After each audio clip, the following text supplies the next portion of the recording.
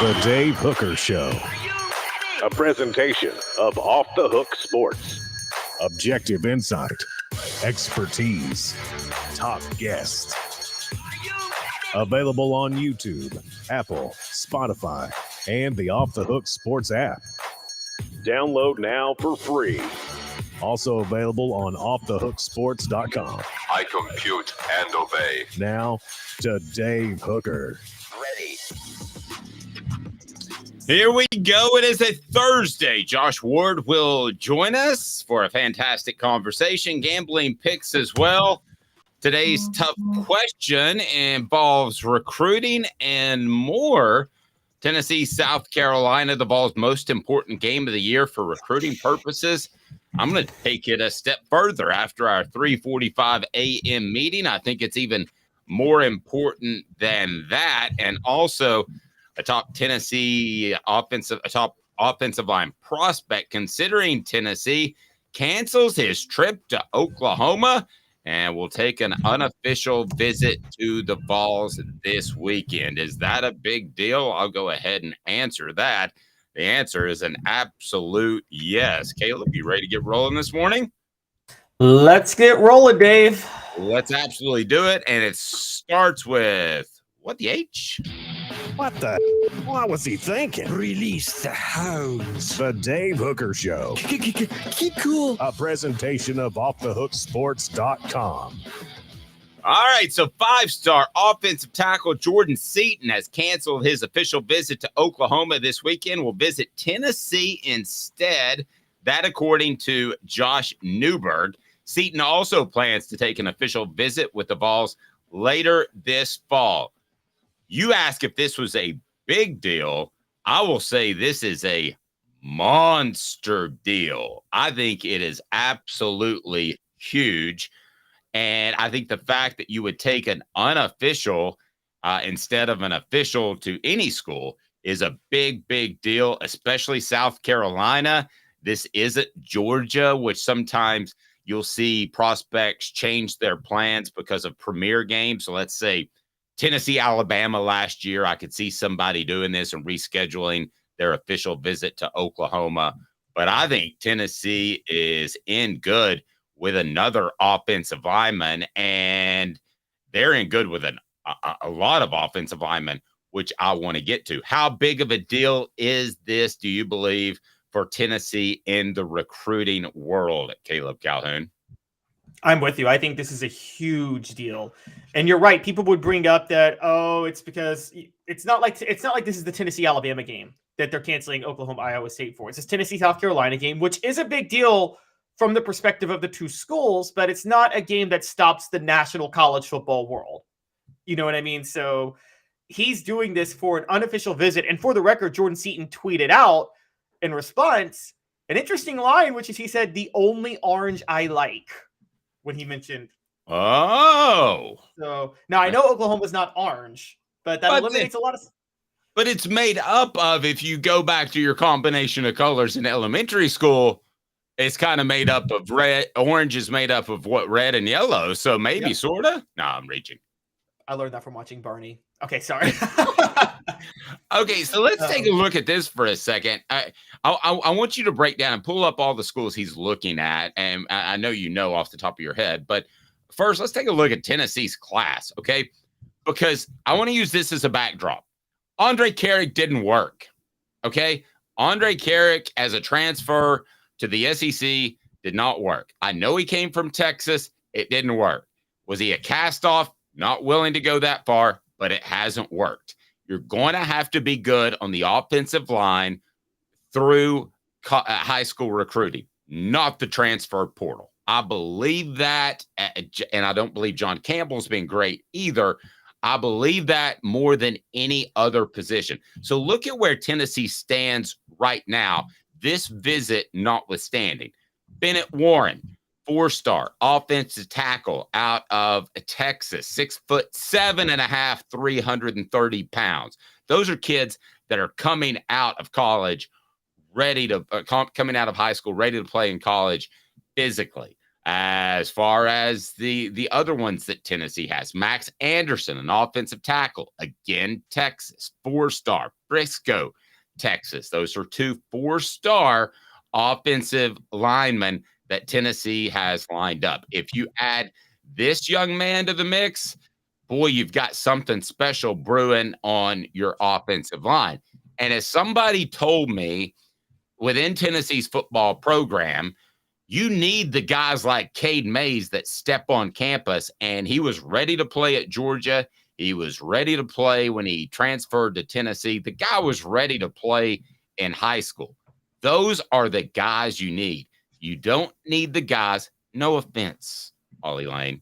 You don't need the guys that you have to grow into players. Now, can you take an occasional Cooper Mays who has to gain weight before he's ready because he plays with tenacity? Absolutely. And look what he's become, an all-SEC player. But when I look at this kind of move by this young man who's willing to go to Tennessee, I think it says a couple of things. I think it says that Tennessee's coaches are saying, you got a chance to play, and you got a chance to play right away because this offensive line is struggling. Who all else is he looking at? Please hit the like and subscribe button. We love it when people are waiting there in the morning. Absolutely appreciate you beyond words. Be sure and support our sponsors. And this recruiting update is brought to you by Andy Mason, AndyMasonRealEstate.com. Real estate experts, over 4 decades combined experience. Again, they're right below. Support our sponsors, best prices and best service. It's that simple. If you go with anybody but Andy Mason in Knoxville, you're crazy. All right. As a matter of fact, our own Tracy Morgan would say, oh, no, he wouldn't. He would say this. That's crazy. Okay. So go with AndyMasonRealEstate.com. All right, Caleb, tell me about this young man that is going to be taking his unofficial to Tennessee, not for the Alabama game, not for the Georgia game, but for the South Carolina game. I think it's monstrous news out of the chute. Yes, particularly versus Oklahoma. Now, I'm going to give a caveat here. His most recent list of top schools included 14 schools. Only 4 of them have home games this weekend. So, bit of a drop-off. So, one of them is Oklahoma has a home game. He spurned them for an unofficial visit to Tennessee. The other one is Colorado and USC. Now, again, Dion, we talked about the force he is on the recruiting trail. And so you would think this would be a game to go take an unofficial visit to Colorado. USC coming to town, and he's still choosing Tennessee, South Carolina. I mean, that's kind of a big deal. And the other one, and this is just a local factor, he's from D.C., Maryland is playing Indiana at home right up the road this week, and Maryland's in his top 14 too. He's not going to Maryland, Indiana either. He's on Maryland. Maryland's on the list because he's nearby. Probably so. You're right. Mike Locksley has done a good job at Maryland of like more than other coaches getting local talent.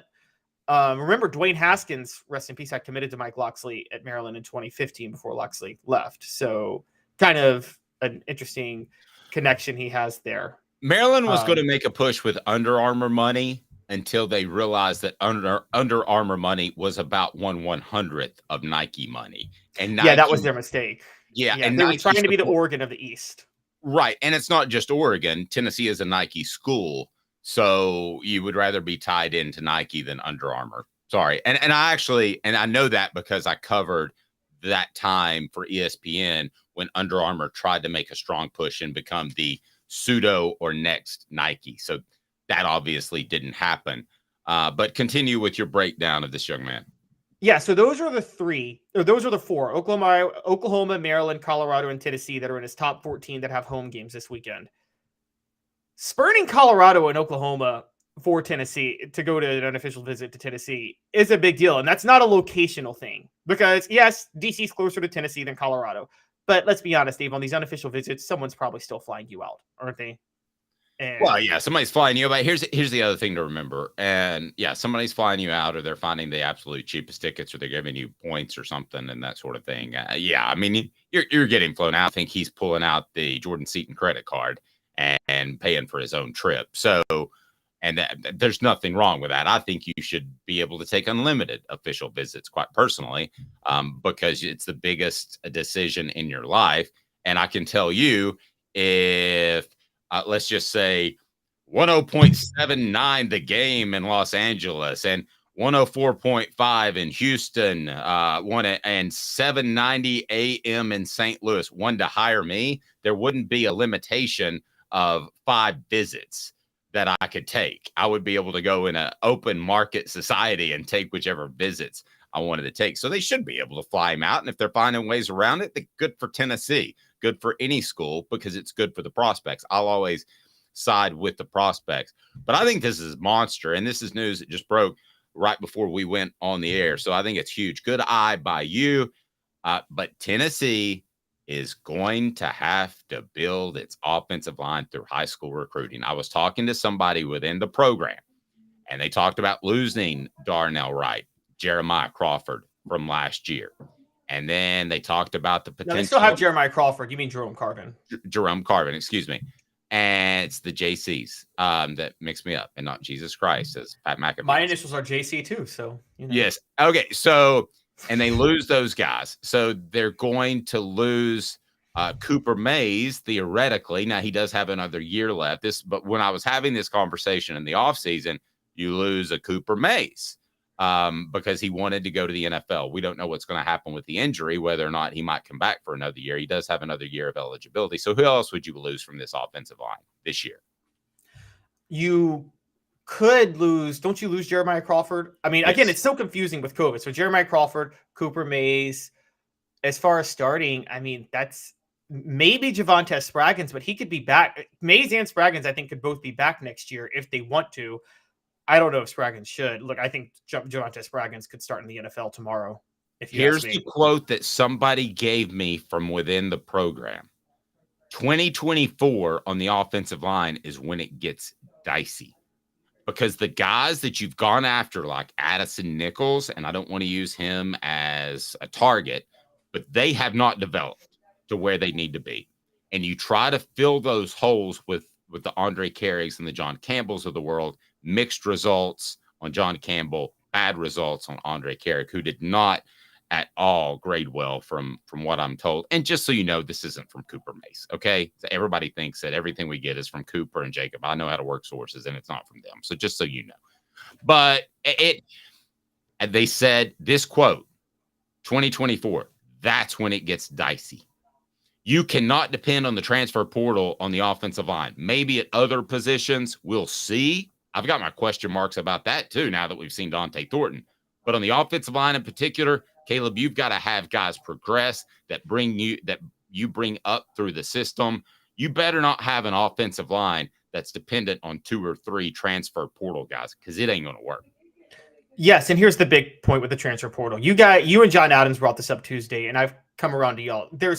I want to add a caveat, but with the transfer portal, one, you still have to scout talent, because your best transfer portal guys are really good players at smaller schools that were just misevaluated on the recruiting trail and deserve a shot at a higher program. That's clearly where you get the best transfer portal players.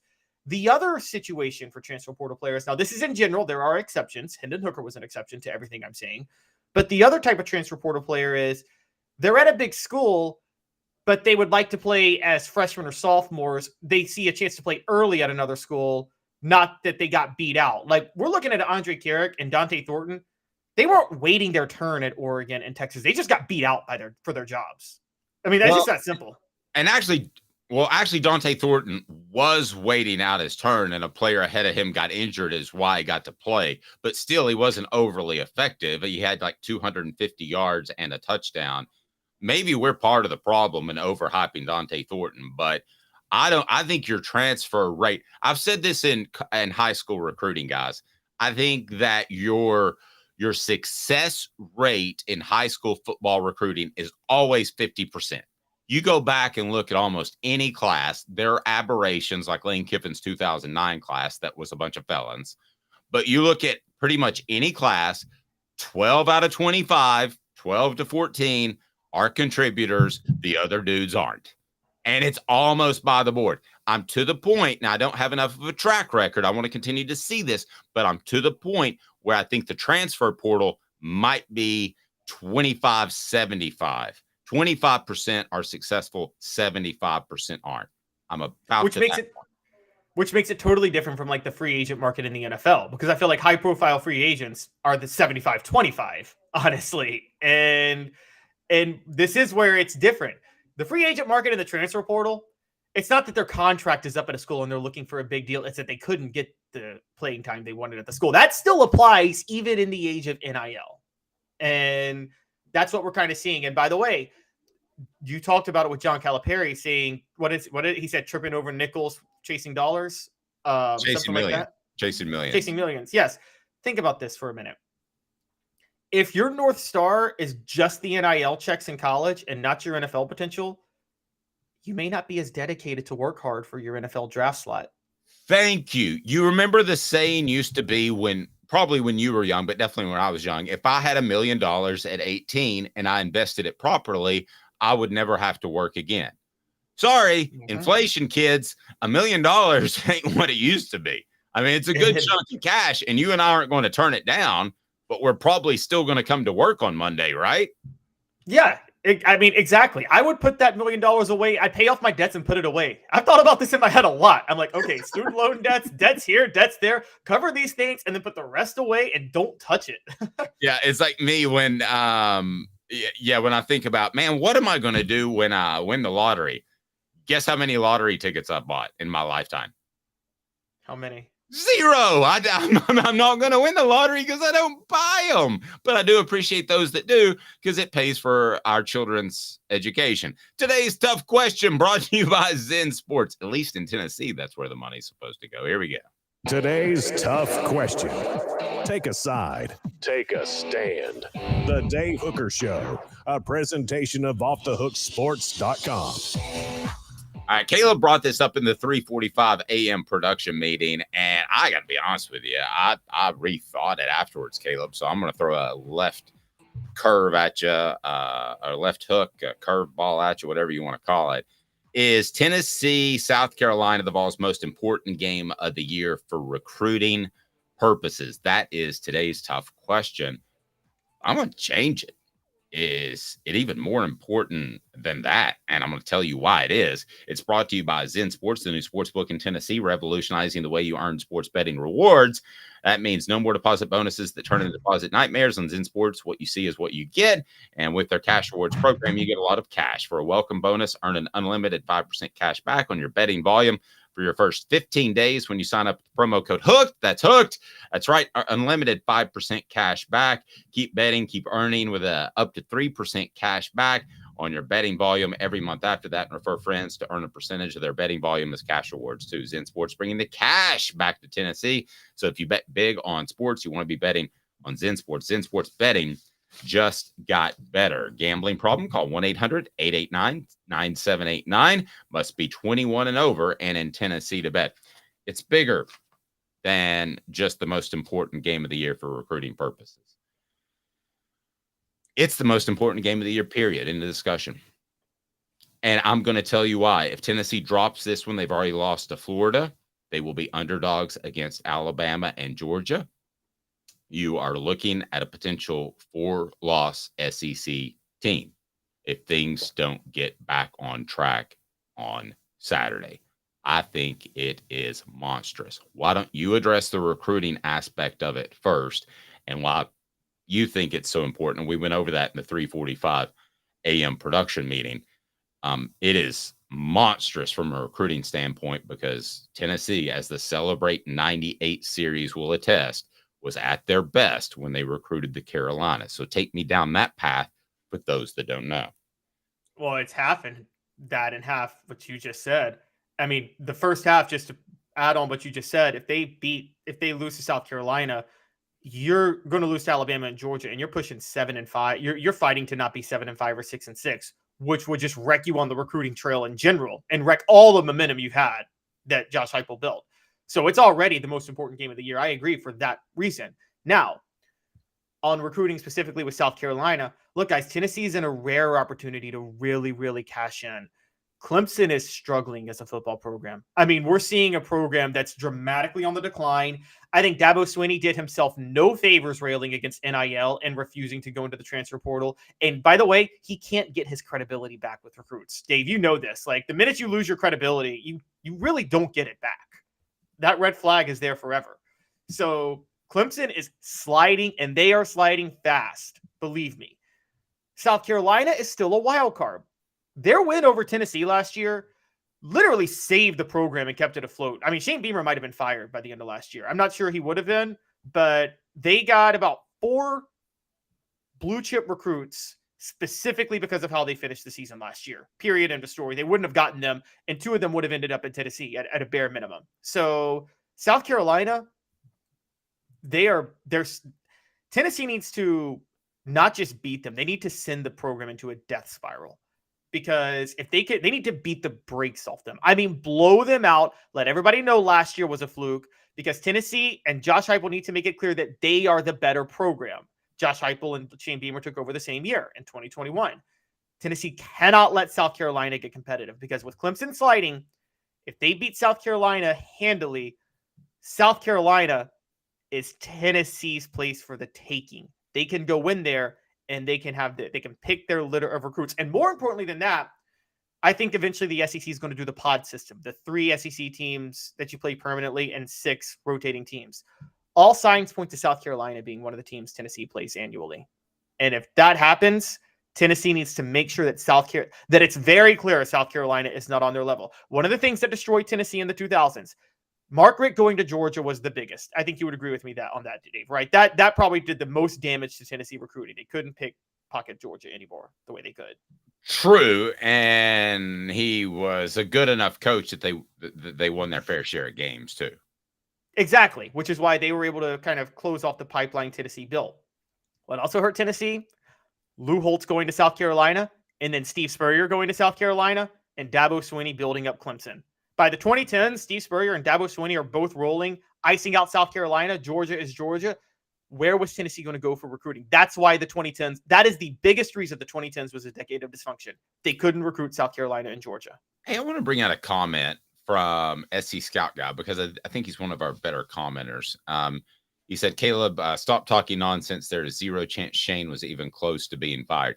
I'm gonna back my guy here, Caleb Calhoun. I think that it was maybe a little bit closer than you think. Not fired, but at least going into the offseason on the hot seat before the Tennessee and Clemson game. Maybe that's a common ground we have, SC Scout Guy.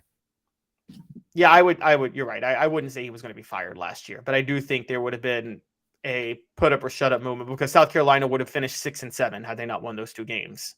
And 6-7 Shane Beamer's second year would have been a really bad look, because guys, they were looking really bad before that Tennessee game. I will never forget how low morale was surrounding South Carolina before the Tennessee game. Quite honestly, it was one of the best turnarounds for a program I'd seen, and I give them credit for that. But yeah, it did a number on Tennessee. They lost Mazio Bennett specifically because of that game. I mean, there's no question about it. We are we're past the first quarter, so quarterly grades are out, and we've done that. But Josh Ward points out some players that, man, they got to step up their game. And I imagine Dante Thornton's going to be on this list. He joins us in exactly 90 seconds with Caleb Calhoun. I'm Dave Hooker, Off the Hook Sports. For Candace, I was really heavy into the drug culture. I was selling drugs. I was just constantly in pain. I was missing like a good support system in my life. Candace has given me everything that I need in order to successfully have a wonderful recovery, in order to have a life that I didn't even know was possible before. And it's not just about me anymore, and I love that. I absolutely love it. You can take your life back. Call Cadis today. With all that sun, sand, and salt water, the beach is a very relaxing place. Unless you wear contacts. Ow! Open your eyes to the best the beach has to offer with LASIK vision correction from Campbell Cunningham Laser Center. Sports Treasures in North Knoxville is one of the South's largest sports cards and memorabilia dealers, featuring over 10 million sports cards from vintage to modern. Sports Treasures carries a full line of hobby boxes, singles, autographed memorabilia, Tennessee Vol collectibles, fan cave decorations, and so much more. See a museum full of collectibles at Sports Treasures, 4819 North Broadway in Fountain City, and Sports Treasures on Facebook. Sports Treasures, where the real sports fan goes to shop. A college football tradition like no other. Yes, sirree, boys and girls. Or a guy that just won't leave. Wow, that is sad. The Dave Hooker Show. YouTube, Apple, Spotify, and the free Off the Hook Sports app. A presentation of Off the Hook Sports. Back to Dave Hooker. So one more comment from SC Scout guy. Dave, I totally disagree on that Beamer would have been in the hot seat. We may have to agree to disagree on this. You don't realize how badly Muschamp left this program. He was getting 5 years regardless. I don't think anybody gets 5 years. The fan base absolutely loves Shane Beamer. Should have loved his wife because he really outkicked his coverage. But SC Scout guy, I totally appreciate where you're coming from. You bring a lot to the message board. Man, it seemed to be going really south for the Tennessee game. Josh Ward, how are you, sir? I'm good. How are you guys? Where are you? You got like some sort of neat background or something? Or are you you look like you're at the, I don't know, maybe the top of Thompson Bowling Arena? I'm trying to figure this out. What do you got going on? At Food City Center, to be clear. Yeah. I'm sorry. By the way, maybe somebody with the last name Bowling reached out to Dave and wasn't too pleased about Food City Center. Maybe that'll be on offthehooksports.com before long. Oh, interesting. Hanging out in the office, the studio where we do our show. All right. Great stuff. All right. You can check Josh out from noon to 3. He is fantastic. We love him. And his articles are brilliant on offthehooksports.com. What do you think about that? Brilliant. It was pretty good. I would endorse that. I would apply and agree. So, which Vols need to step it up? Let's go through these. You had Dante Thornton. I don't know if you had did you have these listed in order of, hey, really get your bleep together, or was it alphabetical or reverse order? How did you list them? Yeah, it's somewhat weighted. I thought Dante Thornton was pretty obvious. So that's why I kind of led the article with him, because he came in with so much hype and he is so physically gifted. A guy with his size that can run the way that he can. And the way that Tennessee talked about Dante Thornton, the opening press conference of fall camp for Joey Halsley, he's talking about the great athleticism and freaky talent of Dante Thornton. And earlier in the summer, when Phil Steele came on our radio show and we asked him, is there a player to watch to really emerge for Tennessee this year? And he didn't hesitate. He said, oh yeah, Dante Thornton. And that came from talking to Tennessee. Actually, he talked to Joey Halsley as well. And again, you can see Halsley, you can see Thornton run and do everything that would excite a coach, but he just hasn't made the plays on the field. He's shown glimpses. The play that he made after not making a play against Florida, they went right back to him, and Joe Milton delivered a perfect ball for, I think, a 43-yard gain against the Gators, but a drop against Austin Peay that got him benched and just not stepping up and making big plays. This offense needs big plays, and Thornton has the physical talent to deliver that. Josh's appearance brought to you in part by our friends at the Hemp House, hemphousechat.com, hemphouse, the premier hemp dispensary online with a wide variety, great selection, and strict standards to ensure you only receive the best in CBD or Delta products. And they put this together for us, the Big Orange Crunch, which I believe Josh consumes on a daily basis, is what I'm told. Hemp House Chat with 2 T's.com. Maybe not, but they're good for relaxing. Go ahead and get on there and use the promo code Hooked. Here's what somebody told me, and this was a weird comment, because I'm looking at Dante Thornton's age. So he was born in November 30th, 2022. So how old is he right now? Somebody do the math. 2022. Don't you mean 2002? 2002. Yes, he was born last year. He's almost a year old. Yeah, in that case, he's overachieved, in my opinion. But November 2002, so he's about to turn 21. Okay. Somebody told me, I didn't realize he was so young. And I wonder if this guy's still developing physically. And this is more of a long-term type of player as a transfer, as opposed to a guy that's going to fill an immediate need, a la Jalen Hyatt. So that at least got me thinking that better days might be ahead, Josh. I didn't realize he was that young. Did you? I mean, is that young? I definitely give him a chance to grow and develop as a player, but I mean, he's been in the Pac-12 playing for a high-level program in Oregon for a couple of years, and has been at Tennessee the last few months. I mean, about to turn 21. There are a lot of players that are younger than him. Now, it's a weird time in college where, yeah, there are some 24 and 25-year-olds out there. I get that, but I don't view that as that young in college sports. Well, that was my other thing. I mean, he's right. I think he's average age probably for his class, right? Yeah, maybe draft eligible. That was the other thing that made me wonder. Maybe he's a little bit immature. Maybe I just I wonder if to this point, because really the Austin Peay game, that's not a big stage. I do wonder, has the stage, the expectation of the program, that's a big stage no matter the game. Is that a little bit too much? I wondered when he arrived at Tennessee, well, why didn't he do more at Oregon?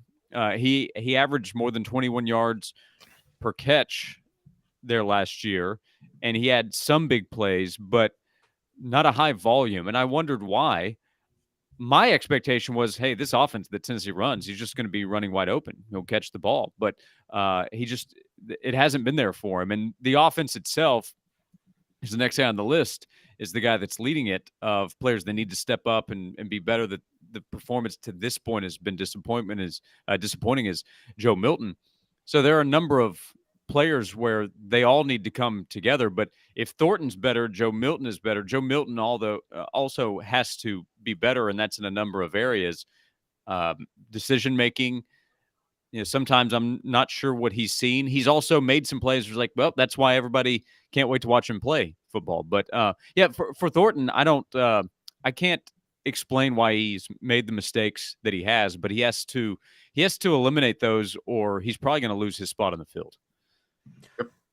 Josh, I'm going to skip over Milton and go to the next guy, because we've discussed Milton at length in a lot of different ways. Before I get there, I want to point out with Thornton, you brought up that third down pass. You're right. That was a perfect dime by Joe Milton. And I don't think Thornton was recruited to only catch dimes. I think he was recruited to actually be able to make plays on maybe overthrows or things like that. And the thing that annoys me before I move on is I don't see the effort there.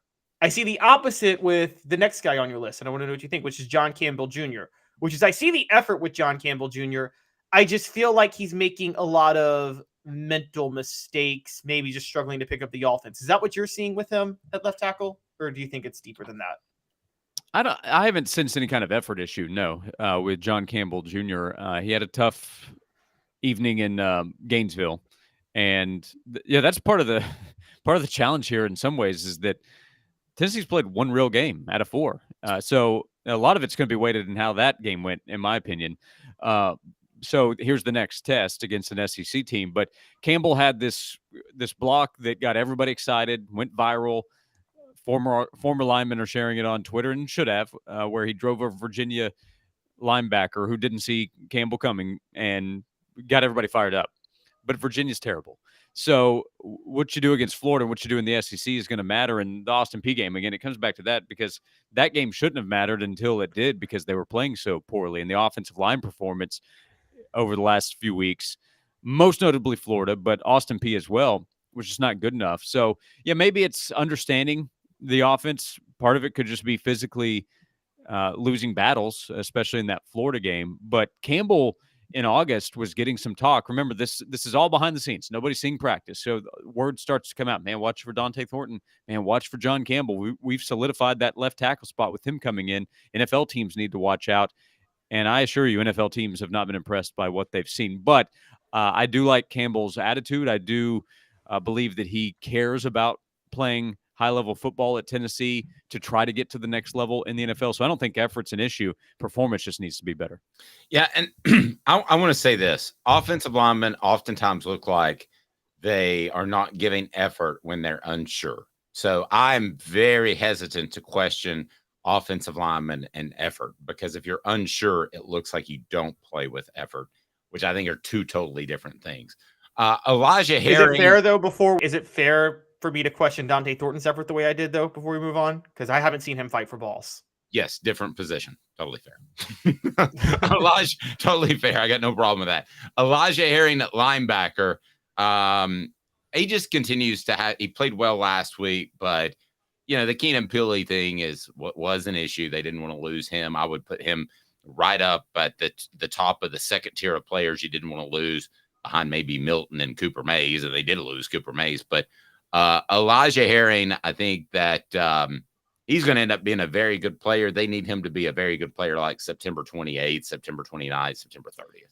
Yeah. If we want to talk about effort, never an issue with Elijah Herring. He sometimes like, hey, you don't need to give as much effort, man. You can save it for the next play. For him, it's just he's continuing to learn the position. And I do think that we found out that the excitement about the depth at linebacker was overblown in August. And maybe part of that was, well, by midseason, these guys will be ready. But we found out that Tennessee needed that depth to show up by week 2. And there have been some challenging moments for Elijah, but again, his effort is there. Thought he played better against UTSA. Let's see against South Carolina. I'm sure that the Gamecocks will try to find ways to get him in mismatches in the passing game and see if they can take advantage, see if they can get him out of position in a number of different ways, like Florida was able to do. And that goes for Herring and other defenders too. But Aaron Beasley, I think, is a really good player for Tennessee, also a max effort guy, and somebody that Herring can learn from. I'm sure that he's talked to Pili and tried to learn from him as well as linebackers coach Brian Jean-Marie. And maybe Herring goes out and plays really well on Saturday. I wouldn't even be surprised to see that happen. But his performance the last few weeks is a reminder that, okay, depth is still a work in progress at linebacker. And Dave, you're right. They're hoping that progress shows up this week. Caleb, would you like to ask about Kamal Hadden as Josh broadcast from the Starship Enterprise?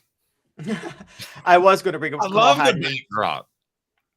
Josh, do you think look, there's the missed tackle Kamal Hadden had, but he only allowed one catch on 4 targets against Florida.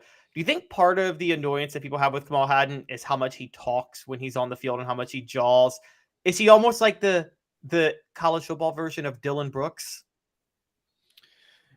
Yeah, that's interesting. Yeah, probably because like Dylan Brooks, Hadden can make plays. Dylan Brooks is a solid NBA player. Nobody wants to hear NBA talk, I'm sure, but people are talking about him like, okay, well, he's going to have to go play overseas. Like, no, he's going to get an $80 million contract to play. Kamal Hadden, a lot of I'm still getting daily messages saying Hadden's not going to play this week, right? It's like, well, yeah, I'm pretty sure he's going to start just like he did this past week. The coaches still believe he's one of the top corners on this team. That could be an indictment on the group. I get that. But Hadden has playmaking ability. But the South Carolina game last year, when he's playing poorly, the team is getting demolished, and he's talking a lot of trash. Nobody's going to like that.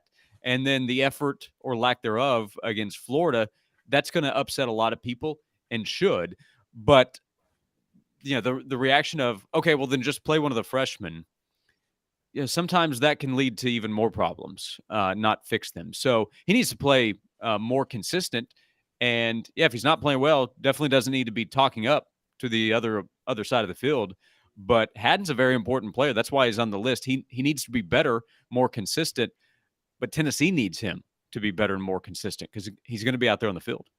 You include Dylan Sampson, but you started with slap a big asterisk on this one. Big asterisk. Yeah, it's not Dylan Sampson's fault. He's not playing well. I thought Tennessee against Florida he got lost in the shuffle, which is inexcusable. Yeah, and that's why I put him at the bottom of the list too, because Dylan would be more of an example of the excitement of what the offense would be during the offseason and during the conversation in August.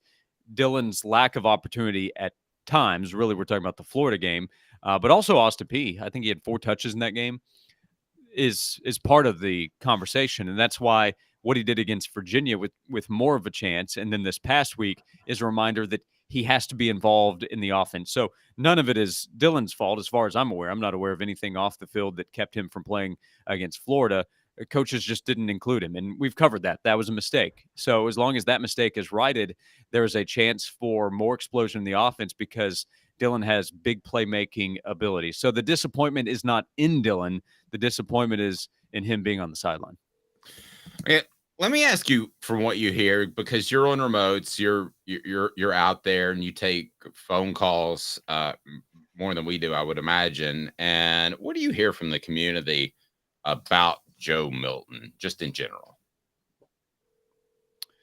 I feel like there's a back and forth. There's the side that is like, well, he's just not going to get it done, and people have decided that.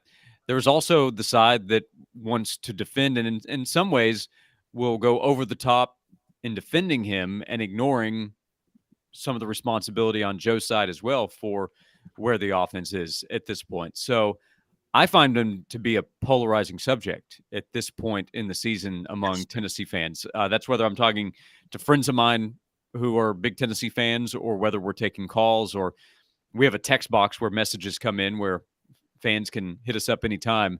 And I find him to be polarizing in how fans view how he's played through 4 games. The most polarizing since Casey Clausen, maybe? I thought Dobbs was pretty polarizing.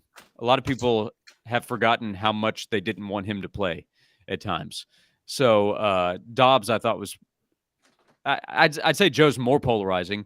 Dobbs, to this point, though, had also accomplished more. He was a better player, to be clear, than Joe. So I don't know. I just because of Joe's hype and Joe's talent, but the lack of results to this point, and a 5-star freshman behind him on the depth chart, plus the social media era, it's always difficult to compare somebody now versus pre-social media.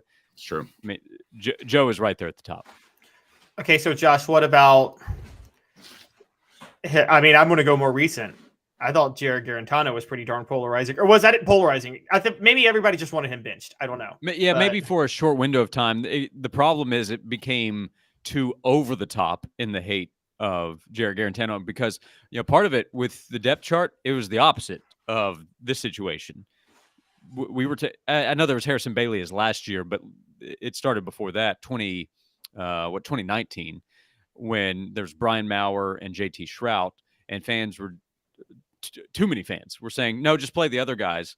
And I tried to explain, I understand your problems with Jarrett, but the backup options are worse. They are worse options. And it had nothing to do with Jarrett at that point. It's just, no, play somebody else. Or I guess it was all about Jarrett. So, yeah, for a short period of time, Jarrett was polarizing, and then so many people were just out. Josh's appearance brought to you in part by Herald Group Security Solutions. Leadership experience, specialization, addressing problems through unique mission-specific mitigation techniques. These guys are trained for like 60 days, and they want to protect your children and protect private schools. We're working towards getting them in public schools too, but they've already had a phone call and said, hey, my kid goes to a private school. I want you involved. That's Herald Group Security Solutions. They make your children safer. We've heard of the tragedies. Let's eliminate them. HeraldGRP.com. They provide security for private schools, soon to be public schools. Herald Group Security Solutions. So, Josh, do your listeners, ours don't, but do your listeners factor in that Cooper Mays, if he's in the lineup this year, brings a calming influence, brings an organizational influence from handling the line calls, or is it just, man, that Joe Milton's really terrible? I mean, I guess I'll ask the group. Okay. So Josh, if you have, what would you grade Jared? What would you grade Jared? Joe Milton to this point? Just the overall A, B, C, D, F grade. Say C. Caleb? He's made some good plays, but he's not made nearly enough. Caleb? Yeah, I'd say C in the sense that I'd say C because of his pocket presence. Again, I don't think he's taking advantage of his strength and his legs and his ability to run the way he should. Okay, I'll say C too. Does anybody disagree that he's a B at least if Cooper Mays is in there all month? Josh, I'll start with you. Joe would definitely have a chance to be that. So no injury, no problem. Cooper's just out there playing. Nothing happened. Nothing. Yeah, I don't know how high my confidence is that that's the case, but if you tried to sell me on it, I'm sure I'd buy. Okay, Caleb, am I crazy? I think he'd stay at C. I don't think his stat line would be much different. I think it's just the running game in general would have been better against Florida if Cooper Mays were in there. I think Tennessee would have ran the ball a lot better. Yeah, part of the issue here, again, I know I've mentioned already, is that the competition's been so awful. So for us to have this conversation after these kinds of games, I mean, this is as weak of a non-conference schedule as I can remember Tennessee playing. Virginia is not a Power 5 level opponent. I know what conference they play in, but they're not Power 5 quality. FCS team and then a UTSA team that's reeling, didn't have their quarterback. So, and then Florida, I think Florida's a pretty good team, but that's at best a tough road environment. But that was also a terrible overall performance. So yeah, that's part of the concern. That's why getting it fixed has to happen very quickly, because after this week is when the competition really heats up. This is a great chance. It's a night game at home. I'm saying something that everybody knows, you guys know very well. This is the spot against a team that's been terrible defensively. So if it doesn't happen this week, if it's not better than a C performance at home against South Carolina, then I have no confidence that we're seeing a B or better level of play the rest of the way. Yeah, I agree with what Darla said. Come on, look at Tennessee's schedule so far. It's a joke, and it is. I feel like we're talking about an NFL team, Josh, that's 0-1 after 3 good preseason outings. Yeah, for sure.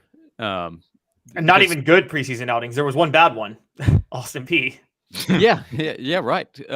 Because remember the talk leading up to that game that we were all having is, okay, here's what Tennessee will do. Can they score 50? Can they score 60? When does Nico get in? How much time will he get? Will he get a whole second half? And he didn't get to play because the first team offense was so bad.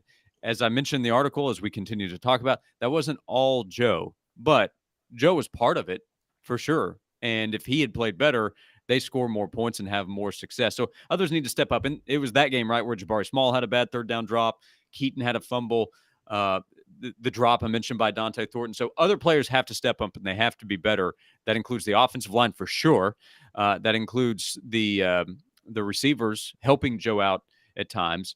But I mentioned in the article as well, I think it's crazy that he has the strongest arm in the country playing in this offense, which can be the most explosive in the nation. And he's last in the SEC in yards per attempt. And my thought was, okay, well, maybe it's because of so many quick passes to the outside in the screen game. He's 11th in the SEC in completion percentage. That just can't be all on everybody else. Josh, I know it's the next game. We say it's the most important game. And if you and I, and when we have done a show with regularity, I'm usually the one that's outlandish and you bring me back to the earth. But so you may have to do so right now.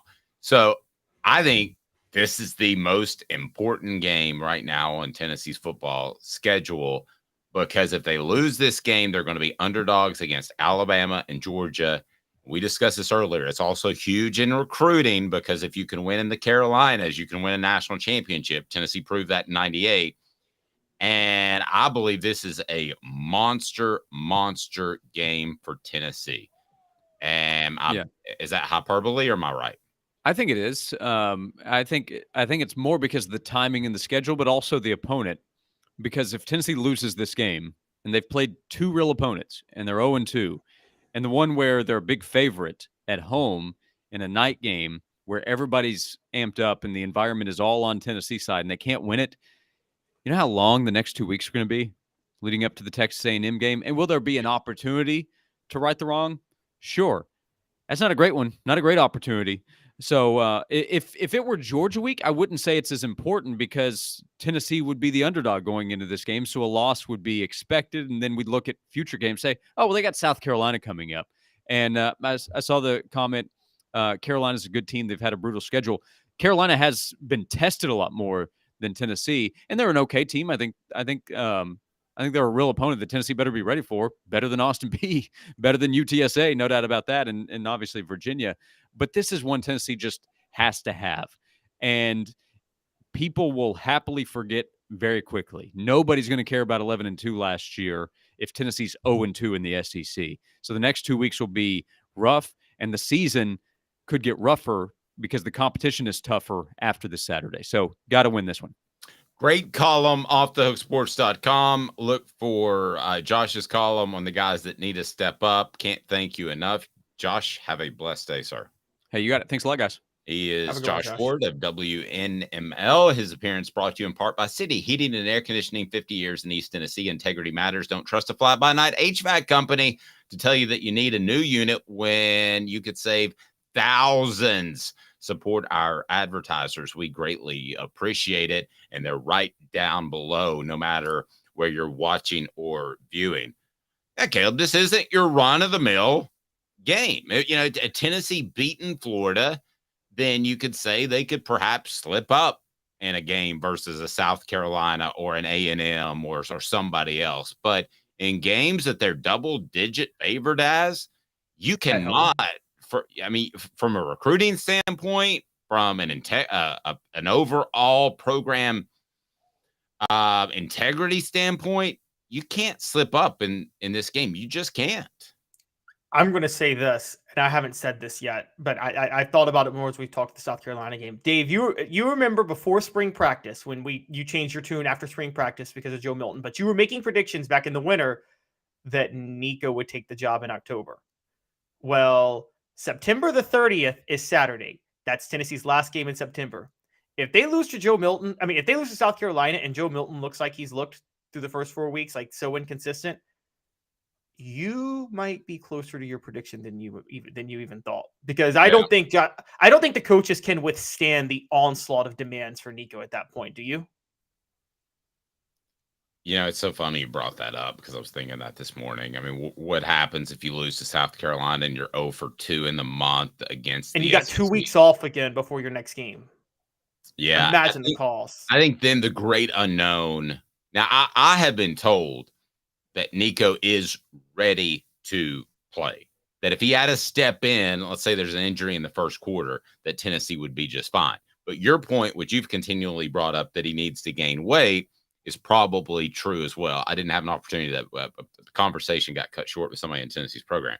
But I will tell you this. He is ready from an X's and O's and handling the huddle to step in and play. Now, does he get hurt because he's too light? I don't know the answer to that question. And that has to be a concern. Now, you've said, which I disagree with respectfully, that you can get beat up and it can affect your mindset for the rest of your college career, which probably happened to Joey Matthews in 1998 when he went live in spring practice against Tennessee's 1998 national championship defense. But I think for the most part, the true warriors will bounce back from things like that. And I think Nico is a true warrior. I agree. And that's where you want to test intangibles. I actually wanted to ask you about 98, funny enough, because you were covering the team. I saw, not going to name it, but I saw a really dumb Twitter thread that was defending Joe Milton by saying, well, look at how T. Martin started through the first 5 games in 98, which he did play poorly those first 5 games. But Tennessee started 5-0, and they played that was the toughest 5-game stretch to open the season in the history of Tennessee football, whereas this is the easiest 4-game stretch to open the season in the history of Tennessee football. But Dave, you were there. I know there wasn't Twitter, but were there a lot of call-ins on radio shows calling to bench T. Martin early in the season because of the way he was playing? No, because they won and they beat Florida. Here's the other thing that we know now that people didn't know back then is the playbook was so limited.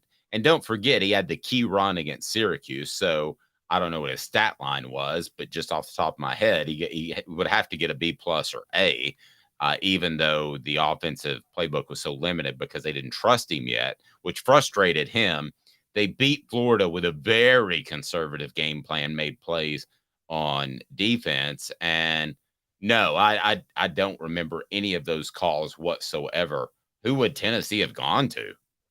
Joey Matthews? That's the thing. There was no backup quarterback. I just think it was the and you're 4-0. And here's the other thing too. So we're kind of it's two different things. It's apples and oranges, because you have to ask Joe Milton to do more in this offense than you had to ask T. Martin to do in that offense. So there's more onus on Joe Milton than there was on T. Martin, even though T. Martin wanted more onus.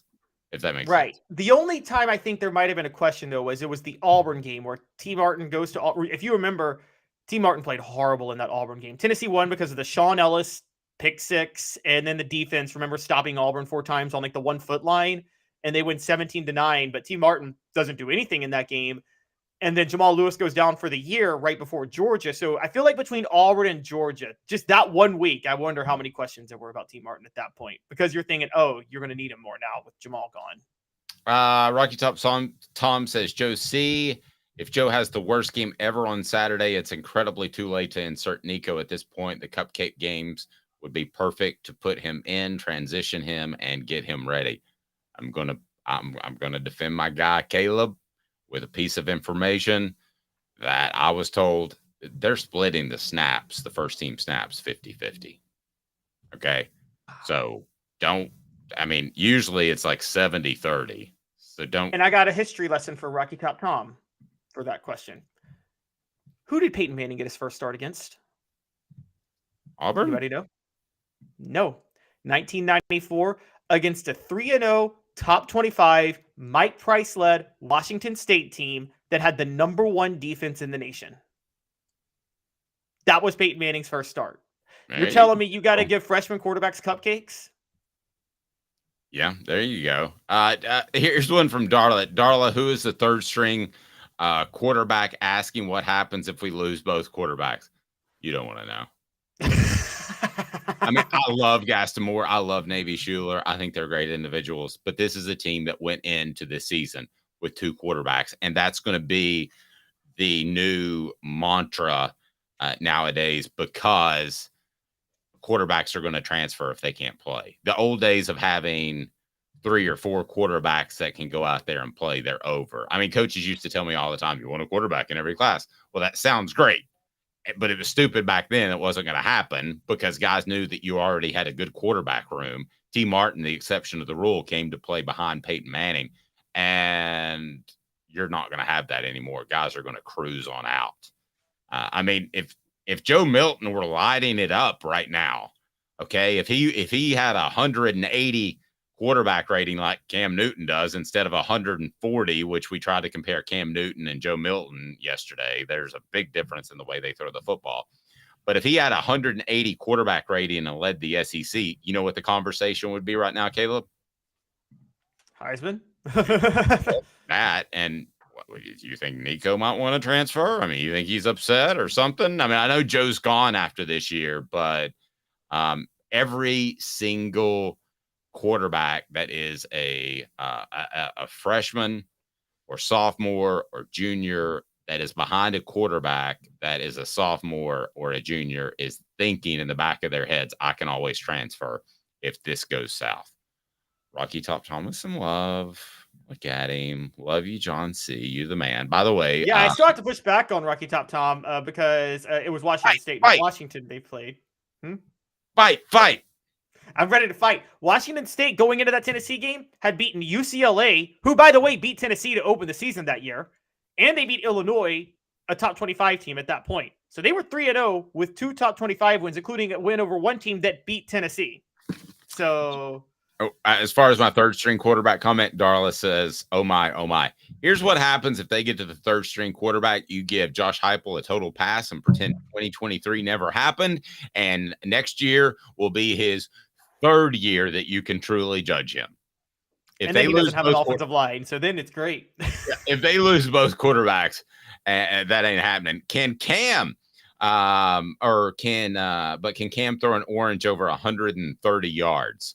I don't think so, but maybe he can because we know that Joe Milton can. So coming up next, we got this Dan Lanning, Deion Sanders, Colorado, Lou Holtz, Ryan Day firing at each other. Does the sport need more of this? Yes, I love it. I would love for Josh Heupel to take a shot at somebody. And also, we've got some gambling picks as my guy, Caleb Calhoun, is going to make you money. You give us 2 minutes, we give you the world right after this. Stay tuned. Off the Hook Sports.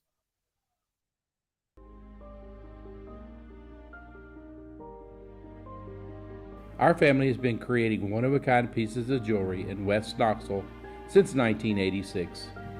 Each piece is a combination of unique processes that bring your idea to life. Every day in our shop, a truly special item with a story all its own is being manufactured in our facility. bringing the history and family sentiment into a whole new generation of life. We're grateful that you chose us to be Knoxville's best jeweler, a title that we value and respect.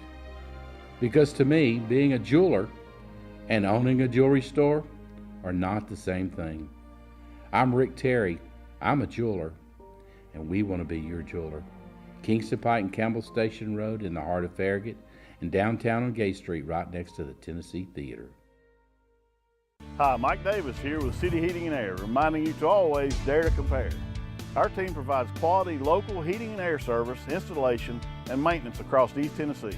We use only the best equipment like American Standard heating and air conditioning for your residential, new construction, or commercial needs. Honesty, dependability, and customer satisfaction have been the cornerstones of our business since 1961. City Heat and Air. Dare to compare.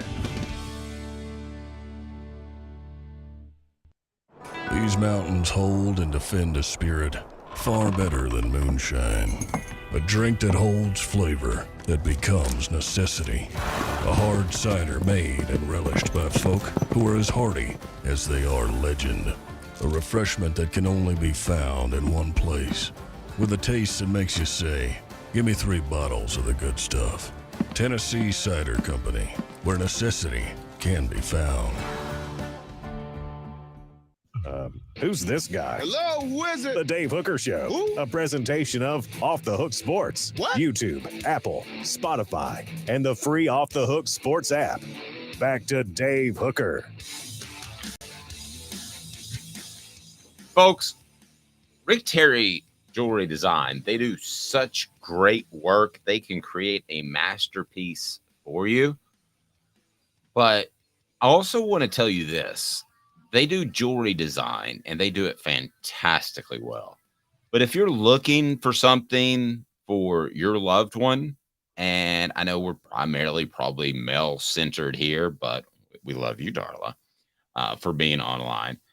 You need to go to rickterryjewelrydesign.com because they have the fire opals, and they're very affordable game day jewelry, a Tennessee tradition. The game day jewelry, the fire opals, rickterryjewelry.com. They want to be your jeweler, and affordable game day jewelry is pretty darn awesome. So please check them out, support our sponsors, and let them know that you heard about it from Off the Hook, and we greatly appreciate that. It is time for 4 Downs, and we're going to talk a little bit of trash talking, which I love. If I could change anything about Josh Heupel, it would be a little bit more trash talking. Here we go. 4 Downs now is brought to you by our friends at Sports Treasures.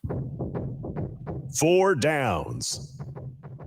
4 questions. 4 answers. The Dave Hooker Show. 4 Downs. A presentation of OffTheHookSports.com. So give me some background if you can, Caleb. We got Dan Lanning and Deion Sanders going at each other. We got Lou Holtz and Ryan Day going at each other publicly. That's what's different. Don't think for a second that Josh Heupel doesn't hate Eli Drinkwitz, and he does at Missouri. And don't think for a second he didn't run the score up last year because he hates Eli, I need a new haircut, Drinkwitz. So my questions with 4 Downs is going to be all about trash talking. And Cooper Mays first will tell you that you need to do this. Cooper Mays here. Hit like and subscribe. And turn your notifications on. We're almost at a big number on YouTube, so please subscribe. If you haven't, tell a friend today. We'd greatly appreciate it. What's happening with Dan Lanning and Deion Sanders? Give me a backdrop before we start rocking with the 4 Downs. Brought to you by our friends at Sports Treasures, carrying over 5 million sports treasures and so much more. Follow them on Facebook for the best sports memorabilia, ball stuff everywhere. They had a Hendon Hooker signed helmet. It's awesome. Go to Facebook, Sports Treasures TN. Caleb, give me some backdrop on Dan Lanning and Deion Sanders. Okay, so starting with Lanning and Sanders, they're not as much going at each other. It's more about people going at Dan Lanning for what he said about Colorado. So, for those who didn't see the pregame speech, Dan Lanning said They're fighting for clicks. We're fighting for wins, which I always joke was hypocritical because Oregon is literally built their program based on clicks with the jerseys. But sure, whatever. He defended himself afterwards, basically talking about like, you're taking a 15-second clip and saying he respects Deion and things like that. But Colorado turned out to be doing a lot of trash talking before the game. They did something Georgia did to Tennessee in 1999, which is Colorado players went to midfield where the O is, and like started dusting on it and like scratching it and jumping on it. You had some players trash talking, saying, I think Shedeur Sanders, or was it Deion's other son, that basically said, they were going to knock you out, and then that player got knocked out of the game. And so Oregon released a video on Tuesday, a 5-minute video just bragging about how they shut down Colorado. And in it, they included all the Colorado trash talk before the game, which led to Dan Lanning saying they're fighting for clicks, we're fighting for wins. So let me ask you this. In the end, Deion was talked about. So what down, Coop? Coop here. First down. We're talking about it. Did Deion win that verbal battle just because we're talking about it? He didn't win the game, but we're talking about it.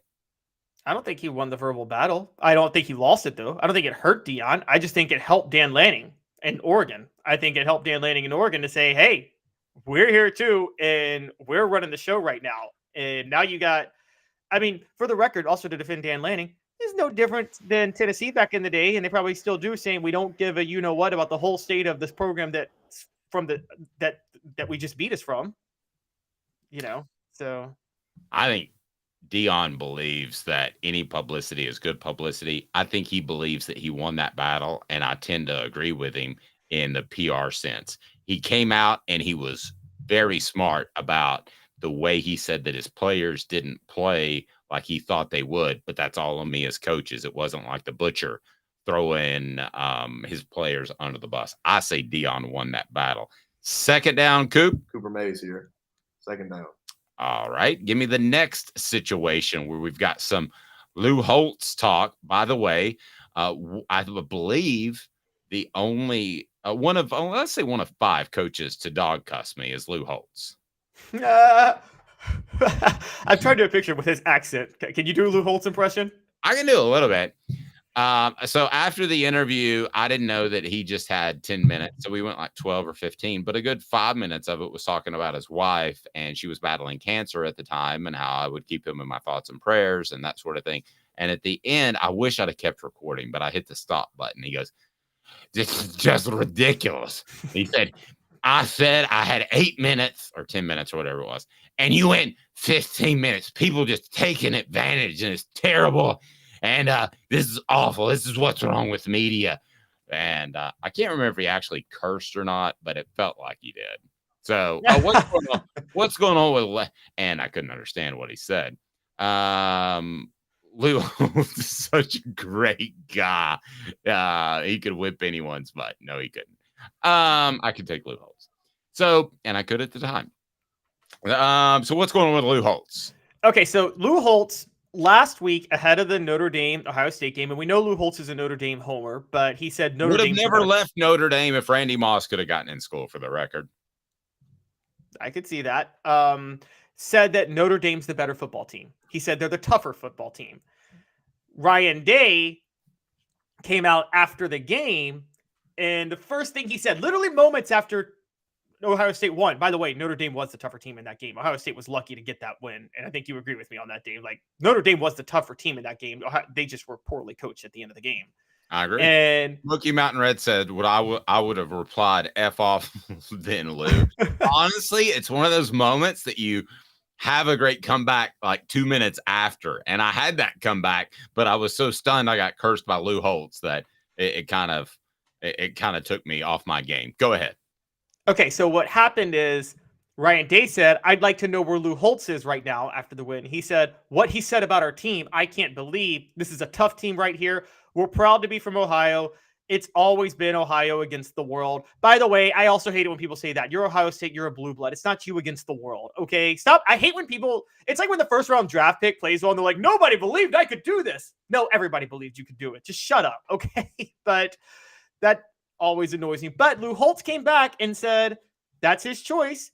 He doesn't want to talk about Michigan because he's 0-2 against Michigan. He's a great coach, which he's not 0-2. He's won a couple of games. He's done a great job, but Lou Holtz then pointed out how the flow of the game went and that Notre Dame was the better football team and more physical in the game. So Ryan Day, Lou Holtz going at it. Dan Lanning firing people, firing his team up, saying Colorado's all about clicks.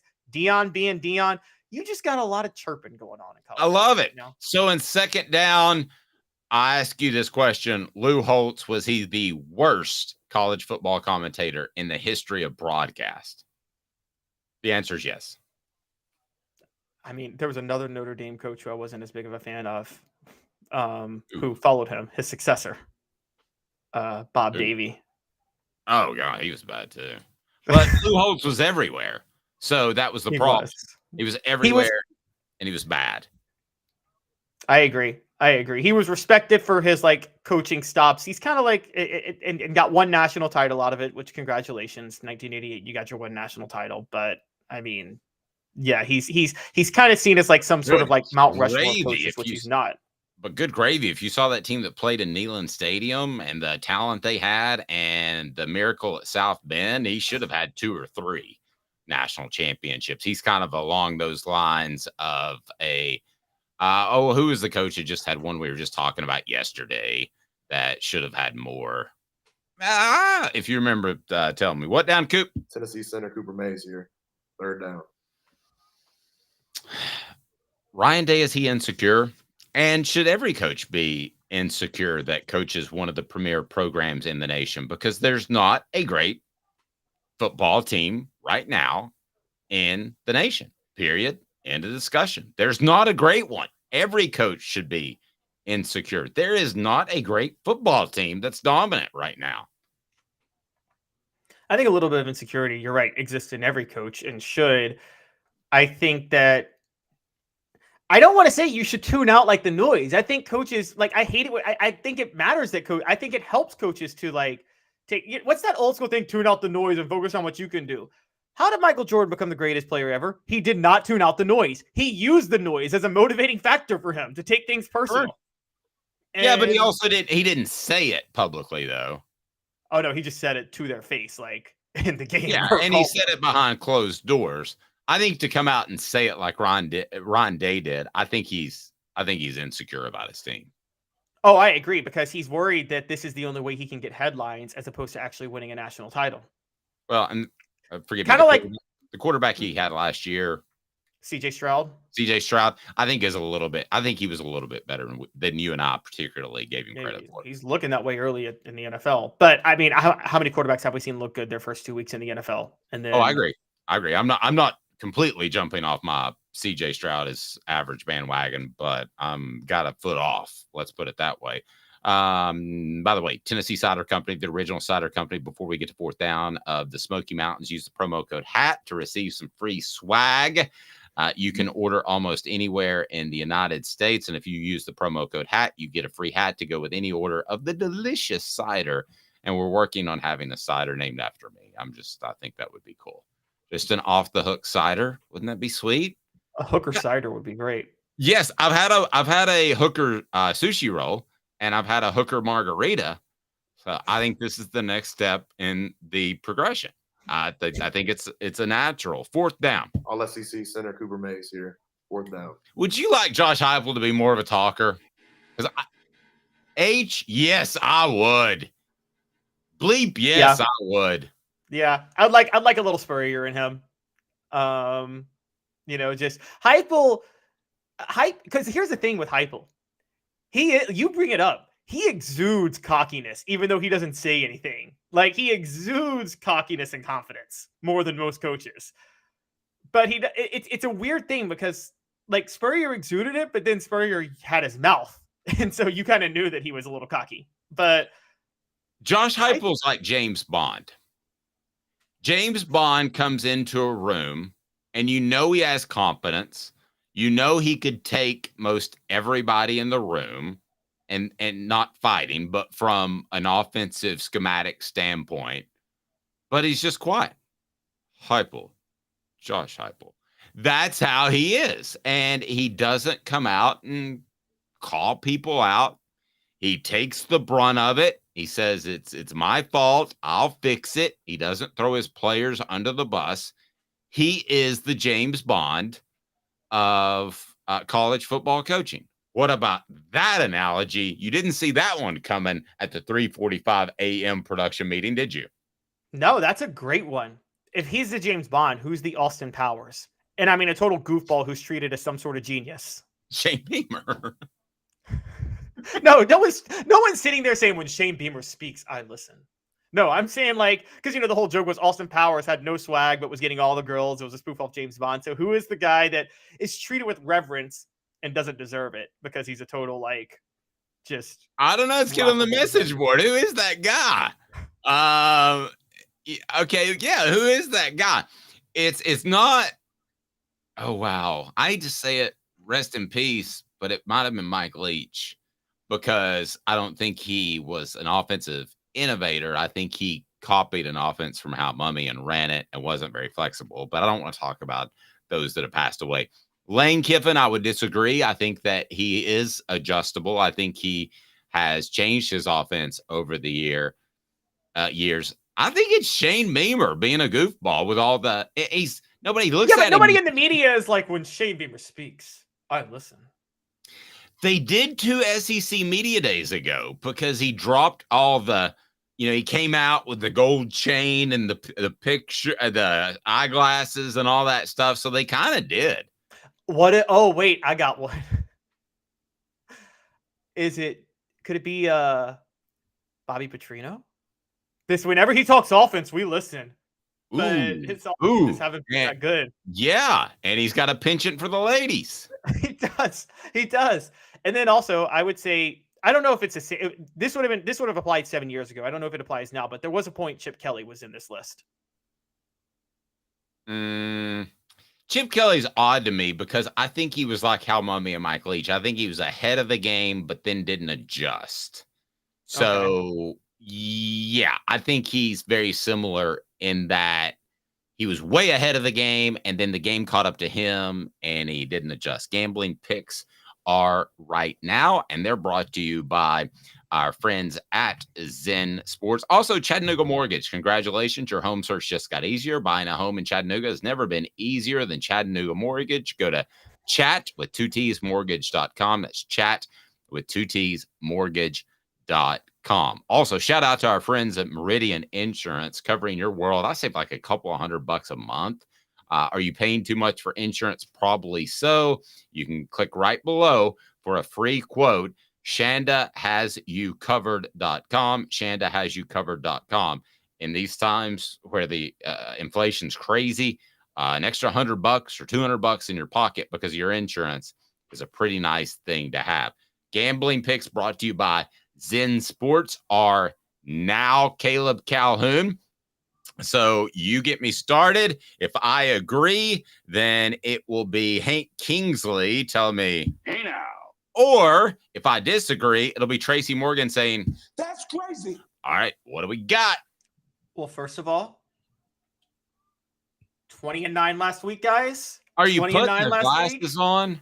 20-9? 20-9, 2-1. We are 52-37 on the year. I am balling. All right, so let's go this week. What is Caleb? I'm your Huckleberry. That's right. He is your Huckleberry. All right. What do you got? Get me rolling. All right. So we got a Friday night matchup that's kind of intriguing. A top 25 one. It's Oregon State. It's Utah at Oregon State. Utah's 3.5-point underdogs. I'm going to take Utah to cover Utah plus 3.5 and the under. I've been betting against Utah for 2 weeks because Cam Rising's hurt. That defense is good. No, I agree. And they're the most physical team west of the Mississippi. Hey now. So I will take Utah. All right. Kentucky, Florida, go. Next one. Every model is saying pick Florida to cover and even pull the upset. I'm going opposite. And here's why. Dave, you've taught me about this. Florida practices at night. Kentucky practices in the morning. This is a noon game with Kentucky at home. Advantage Kentucky. And that's the advantage Florida had over Tennessee, by the way, with it being a night game. And so I'm going Kentucky to cover and win. And I'm going with the under because I think Florida's offense will just be a disaster. Interesting one. I'm going to disagree. That's crazy. I think Kentucky's actually a better football team and will win. Well, I said Kentucky will win. That was my point. Oh, okay. Well, then I said they'll cover. Yeah, Kentucky covers. Sorry, go ahead. Yes, Kentucky covers the 1 point spread and the under 44. All right. Arkansas, Texas A&M. Arkansas take plus 6.5. Go all in on this. Plus 6.5 Arkansas. This game is always close, and Texas A&M just lost their quarterback for the year. Hey now. It's an old Southwest Conference rivalry game. I think that means a lot to the fans. Doesn't mean a lot to the players who weren't born when the Southwest Conference was around, but they'll hear about it all week. So yeah, and 6.5 in favor of Texas A&M is insane. That's way too big of a spread. Yeah, especially since they're going to slow down the clock. I mean, the two teams might not score 20 points combined. All right, and then we get to Auburn, Georgia. Auburn is going to cover the 14.5 point spread, and I'm going to take the under in this one, 45.5, because Hugh Freeze's offense is not going to score much against Georgia, and Georgia's offense is not going to score much against anybody. So Auburn's covered. I'm with you. Georgia plays down to competition. Texas, Kansas. By the way, this is a top 25 game. Kansas is one of those basketball blue bloods undefeated, along with Kentucky and Louisville and North Carolina and Duke. But I got Texas covering the 16.5 point spread. They won this game last year, 55-14. They're at home this year, and they're better. And I think you take the over because I think the offense is going to roll. I think Texas should be in the conversation of teams that could win a national championship. I'm close to that, so I will agree. Hey now. All right, Vanderbilt, Missouri. All right, Missouri has 2 quality wins under their belt, the best resume in the SEC. Funny, but you know them. They're so unpredictable. Them going to Vanderbilt, and so is Vanderbilt. I feel like Vanderbilt will lose, but it'll be like a 1-score ugly game, and I'll take the under. I hate to say it, but I think Missouri covers that number. That's crazy. So Tracy Morgan agrees with me. All right, what do we got up next? All right, LSU, Ole Miss. LSU minus 2.5. I'm taking that all day. I think they blow out Ole Miss, and I'm taking the under 67.5 because Ole Miss scored 10 points last week. I don't think they're going to score that much more this week. Hey now. Frustration setting in at Ole Miss, and talking to some people around the SEC. The Rebels might be the disappointment team of the conference. Don't be surprised if that happens. And I think LSU has not played its best this year, which has gotten their attention. So I think LSU does win and win easily. Notre Dame at Duke. My instinct. I will say this: I would disagree with you on the under because I think LSU wants to add points and not necessarily to run up the score, but to fine tune that offense. Don't be surprised. Oh no, I think LSU will score. I just don't think Ole Miss crosses 14 points. Agreed. But I could easily see this. I could see LSU scoring 45-50. And I could see Ole Miss being in the 14-16 range. If Ole Miss scores 16, LSU needs at least 52 to win to cut for the over. So agreed. Wow, big. You're betting on LSU huge on that. I think LSU wins big. All right, so my advice is don't bet this game, but by Dave's contractual obligation, I have to bet every top 25 game, so I'm doing it. Because I don't know, but it's Notre Dame at Duke. And I'm taking Notre Dame -6, but I'm taking the under because of Marcus Freeman's defense. But I don't want to bet this game. That's crazy. I'll take Duke. Big game on campus. Walking into a buzzsaw. I think they'll keep it close. I do love the under. Tennessee, South Carolina. Do we want to save that for last? Yeah, we'll save it for last. That's fine. Okay. Right after that, Alabama at Mississippi State. Alabama -14.5, under 46.5. Alabama showed last week they're going to win with really, really good defense, old school. Think like a 27-3 game, something like that. Hey now. Agreed. Picks of the week, the ones that actually make you money. You've got 3. Tell me what you got. All right, USC at Colorado. I did the under with Colorado, Oregon last week. I am the under 73.5 for USC and Colorado. Even if USC scores a lot, I don't think Colorado can move the ball on elite defenses. And I'm not saying USC's defense is elite, but it's good enough. Hey now on the under, but that's crazy. I think Colorado covers the 21.5 point spread, which I know is not your key bet, but I think they'll bounce back and play better than most people think. Then Arkansas, Texas A&M. Yep, all in, guys. Arkansas plus 6.5. This is the easiest SEC bet of the week. They're not going to lose by a touchdown to Texas A&M. It's not going to happen. There he goes. He's feeling it. All right, Syracuse, Clemson. This is the worst line of the week nationally. Syracuse is undefeated. They're welcoming Clemson to town. Clemson is 2-2. You know morale is low with that program right now. They've all but quit on the season to be out of the playoff race in September, and they just suffered a tough overtime loss. You think they're going to be up for this game against a team on the road that's in the top 25 and undefeated? I might take Syracuse money line. There you go. All right. Lastly, we have the Vols. So let's talk a little bit of Vols and what you see of this game. I'm not going to give my official pick, but I will give you my pick in terms of what I believe happens in this game. So right now, the number seems to have settled at 12. Tennessee, a 12-point favorite versus South Carolina. The over is 63.5. You like Tennessee minus the 12. You like the over. Why? I think Tennessee figured out some kinks on offense last week that they finally have realized how the best way to maximize Joe Milton's potential. South Carolina, we talk about how Tennessee hasn't been tested by elite defenses this year at all. South Carolina is still worse with their pass defense than maybe anybody Tennessee's faced this year. And that's crazy to say. So Tennessee should be able to air it out easily on South Carolina. I think South Carolina is going to air it out on Tennessee, which is why I'm going the over. So the difference, I think, is Tennessee will at least get a couple of possessions stopped on a pass rush where they can force a turnover here or there, which is why, Dave, I'm looking at like a 56-42 type of game for Tennessee to win.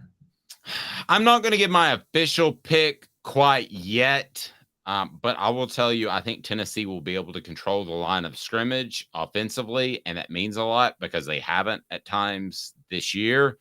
I think that I'm leaning towards Tennessee covering that 12, and I think that the Vols will play really well against South Carolina. I didn't feel confident they'd play well against Florida, but in the end, is Joe Milton going to have you picking Tennessee to win by 12 is based off one thing and one thing only.